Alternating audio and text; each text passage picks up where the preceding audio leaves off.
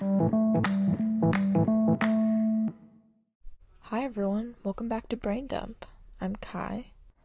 This is something I never thought I'd talk about on here, but it played a big part in my life, and it's kind of how I came to the career path that I'm on today. So, for as long as I can remember, I've wanted to act. I always did community theater, always in choir at school, singing in talent shows. Like, I just always wanted to perform. So, my mom can vouch for me with this. I was like 5 years old and I was obsessed with the Backyardigans. Like, so obsessed, I would always say that I wanted to climb into the TV to be with them. And I think that's where the idea of I want to be on TV was planted in my mind. And so, for kind of my entire adolescence, it was, yep, I'm going to be an actor. I feel like since my brain had that idea of what my future was going to look like for so long, I couldn't fathom doing anything else. It took actually working in the film industry to realize that I hated it. There were so many things that go into it that you don't even realize, and the amount of times I received emails that's like, this role is gonna change your career, it's crazy. There's so many people in that industry that want to make you think that you've made it big, and there are so many scammers out there, and I get secondhand embarrassment from my past self.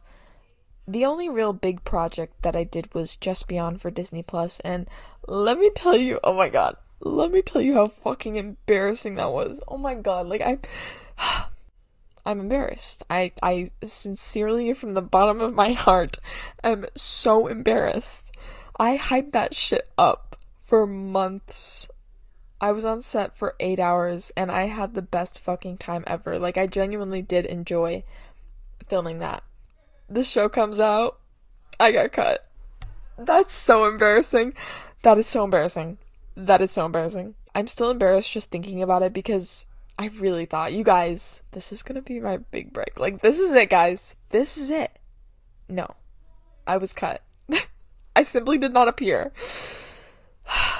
I thought I did. There was like a split second where someone was on screen and I was like, I think that's me. It wasn't. But hey, my name's in the credits. Dead name. But you know what? That counts for something. Oh my god. I did commercials and a few short films and I did some extra work, but let me tell you, extra work is a whole lot of hurry up and wait because most of it's just sitting in a room and waiting to be called to set, and it does not pay well. I did extra work for this movie called Torn on Passion Flix or something. I don't even know. We filmed for 12 hours. It was so cold. Oh my god, it was freezing. And I came with like 4 costume changes, and of course the one that they picked was like the lightest thing. I met some great people throughout that day, but it was just so freezing. I remember getting home at 2:30 a.m. and my feet, oh my god, it felt like I was walking on pins and needles because I couldn't feel my feet. I did a commercial for a James Patterson book, which was fun. I got to do that one with my mom. She had fun. There were horses on set and everyone was really nice, so I did a Huey Magoo's commercial, which is a chicken tender chain restaurant. I did some voiceover work, which was actually fun. I really enjoyed that a lot. And then a ton of student films because I pretty much took whatever role I was offered to get my foot in the door, getting experience.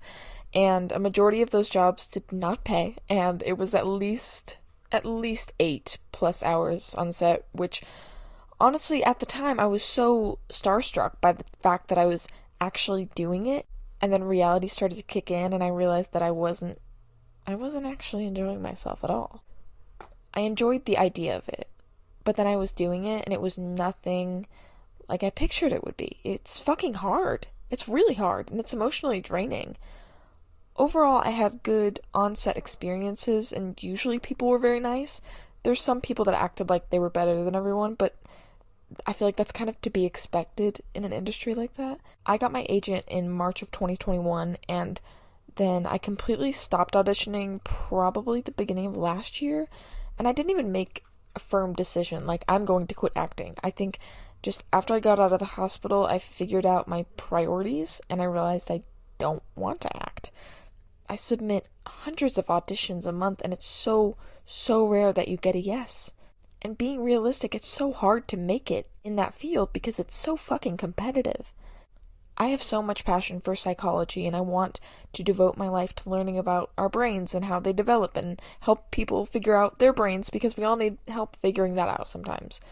I slowly just stopped auditioning, and it just seemed so unappealing because I knew what I wanted to do. Once my brain decides on something, I'm focused on it, like, that's the goal, and I'm so excited. Book of the week. I finished Into the Water by Paula Hawkins, and it was really good. Her books are always there's a lot going on. Well, why am I saying that like I've read a ton of her books? I've read one other. But I've liked both of the books that I've read by her, but they're very kind of all over the place, and it's very confusing at first, but once I did get it, it's so good. Okay. Songs of the week. Back to the Old House by the Smiths, The Kiss of Venus by Paul McCartney and Dominic Fike, Small Worlds by Mac Miller, Emotional by Ash, and You're So Vain by Carly Simon. This week's episode's kind of short because I kind of did 2 episodes last week. I didn't even mean to, but I guess I just had a lot to talk about. So, yeah.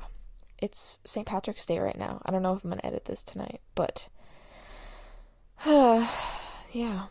I'm wearing a shirt that says Irish whiskey makes me frisky. I got it from the thrift store. Me and my family went to Marietta Square today, and we walked around. And we went to an antique store, and it smelled like old people in there.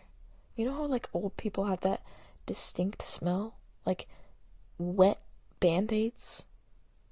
I think that's the best that's the best way of describing it. So that's the note we're going to leave off on. Remember that you're loved, you're valued, you're appreciated, and just because you've wanted to do something your whole life doesn't mean you have to do it. Do whatever makes you fucking happy. Okay? Alright, love you. Bye. Note we're going to leave off on. Remember that you're loved, you're valued, you're appreciated.